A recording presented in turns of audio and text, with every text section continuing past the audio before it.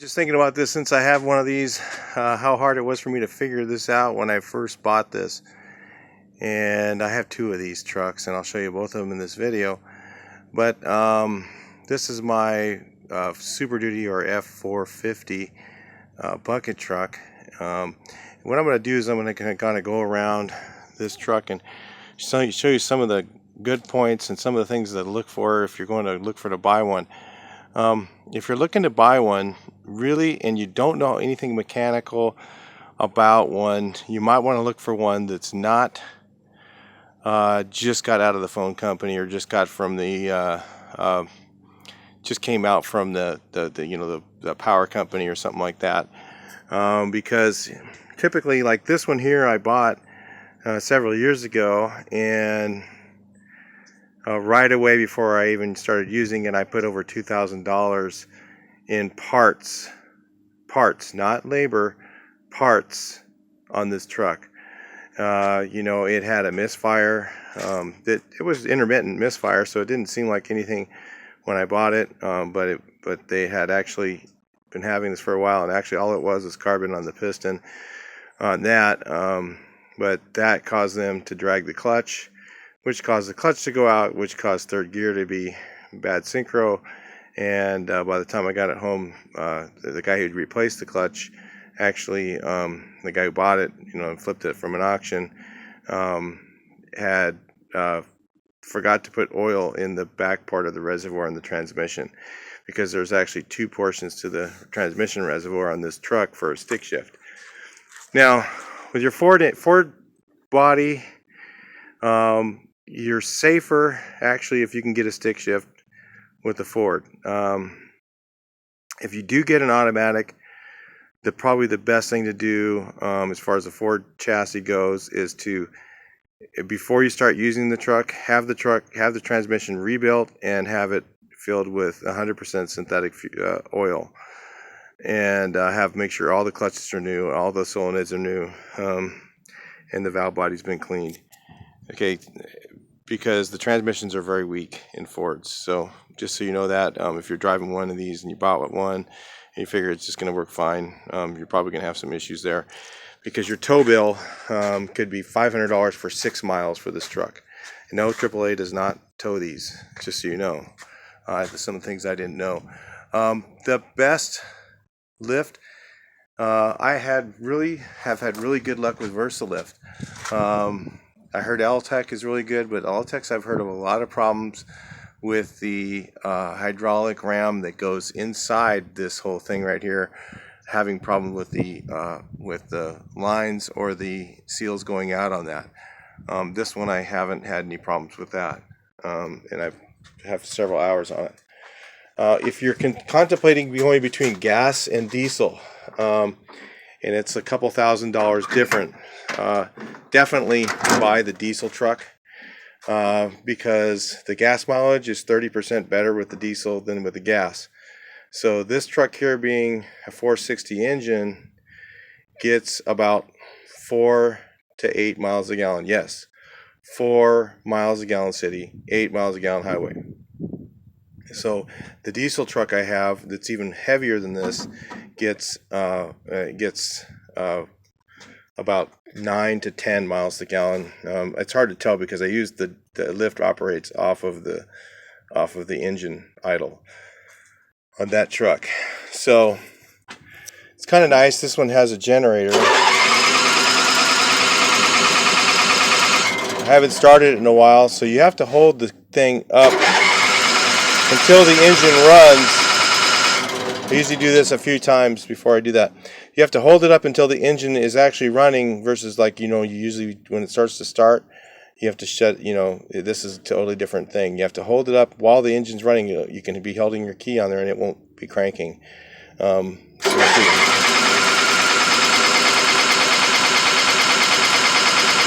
I have to pump the fuel up from the fuel pump.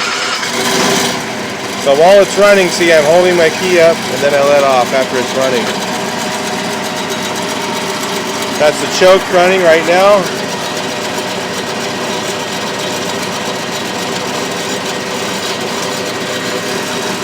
And then my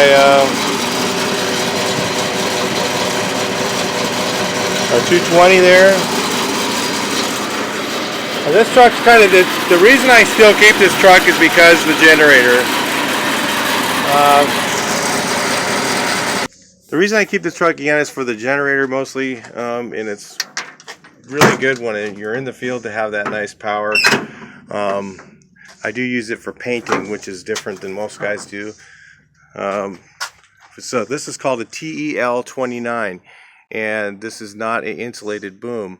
So an insulated boom will have a section in it, like on my other truck, that the boom, and usually have a fiberglass basket to keep it isolated from the rest of the truck, so it doesn't go to ground, so you don't get shocked if you're working on hot wires.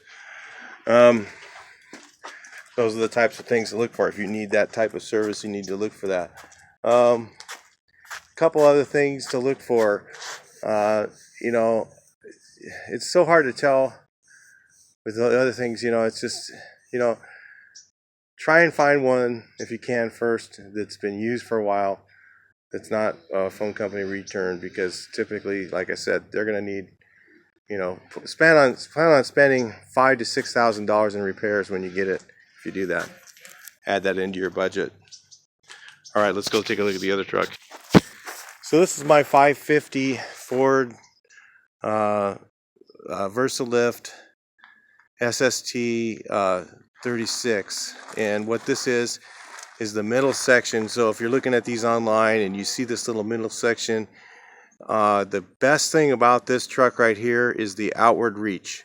So if you're looking at trucks and you're thinking, hey, I only need to go up 30 feet, but think about how far out from the building you need to be. The other one's at 29 feet, so the reach height is actually 32.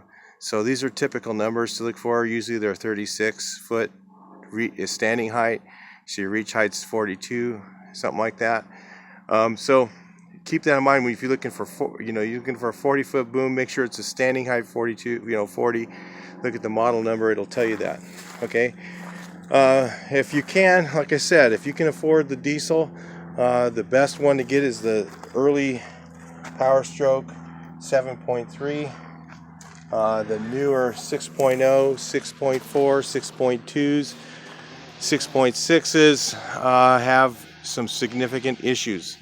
So you want to look at all those things before you go to buy it, before you make the investment. Now, again, if you go with an early Ford, stick shift is the way to go. This is going to get washed right now. Stick shift is the way to go. It does have issues with the stick shift as well, but it's better than blowing a transmission. Again, if you do get one with an automatic, take it out, have it rebuilt right away before you use it. Have them put nothing but synthetic fluid in it. It'll last a lot longer. At least you know where you're at, because like I said, this here with the diesel engine had an oil line blow up on it, and to drive 6 miles for this truck on a tow truck on a flatbed was $450, 6 miles. Just think about that. If you're breaking down on the road somewhere, it's going to cost you a significant amount of money if you can't fix it on the road. So I usually get a road repair guy to do that, but it was like midnight and I was only 6 miles from home. It was just easier to get it home. So anyway, again, the Versalift is really good. The hydraulic parts aren't too terribly expensive. So if you have one with one of these Rams that needs to get rebuilt, it's actually a very easy thing to take apart and fix if you can do anything yourself. I want to look that up on YouTube. Find somebody who's showing how to rebuild. It's what they're called is cylinders. So if you look up cylinders, that'll tell you what you need to find on that. As far as the later model Fords issue, if you can find a Duramax Chevy, that's ideal, or a Dodge, but there's very few of those around. If you find the early Chevy 6.5, those are actually pretty good diesel motors, but they do have a problem with the pump mounted device on the engine. So if you were going to research to buy one of those, look up PMD Chevy 6.5. And there is some solutions. The best solution is to actually take the pump mounted device off and move it off into the side and put a processing fan on it. That's the solution to fix that truck. And then if you do that, then that's going to be a really reliable platform, very sturdy. It doesn't have near as much power as the Ford, but it's not too bad. And you can do a couple of modifications to it that are smog legal, and actually make that truck pull like a Banshee. So as far as gas mileage goes, like I said, this one here is much larger. Look how much bigger this truck is than the other one. This is 4-wheel drive. It's almost 5,000 pounds heavier than the other one, and it gets 30% better mileage. So diesel is your friend when it comes to weight. Just a couple little pointers. Anyway, always look for stuff like the things like this one. Okay, like you'll see a lot of these for sale, right? And a lot of them do not have a swivel basket. So make sure if you're buying it, that if you want it to have a swivel basket, if you're going to need that it has a swivel basket. Check and make sure some of them are with or without outriggers. Of course, this truck has all the bells and whistles. This one has outriggers on it. These are actually better stabilization in some ways than the other, but sometimes not having outriggers is a much easier way to work with. One of the things that I wish this truck had that it doesn't is the length of it. It wishes the bed was a little bit shorter so it had a better radius to turn around in parking lots and stuff like that. So those are other things to look for in the one you want to buy. And then of course the price, so again, I bought this truck. It was purchased, it was like Frontier Communications or something like that. Or no, it was PG&E, I think. No, I think it was Power. It was a power company out of Colorado, and this truck was used up in the mountains. It had off-road tires on it, and it did a lot of repairs up in the mountains and stuff like that. It slid down a few hills and got banged up a bit. In fact, the guy I got it from was really honest, and he told me, yeah, it had a broken leaf spring on the right, had a few things like that he had to replace, and it had been in like an accident and it slid down a hill, and he had to repair the basket and stuff. So he did a good job.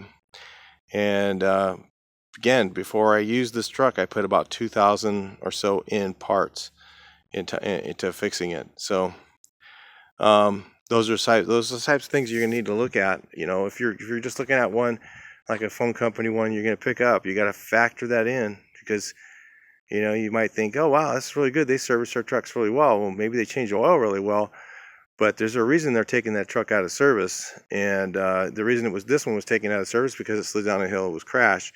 The other one was because it had a misfire and was causing all kinds of problems, and it never really got very many miles on it, so I was a real big benefit on that one. But yeah, again, I still paid quite a bit of money for it. I still had to put another 2,000 in it. I could have probably bought one turnkey for quite a bit less money than what I invested in that truck. So anyway, just a few things to look at when you're looking at bucket trucks. Couple ideas. They're learning them, if you've never known anything about them, is a little bit different. And check your local areas to see what requirements you have for CHP. We are required to have CA numbers on all our trucks, so we do that.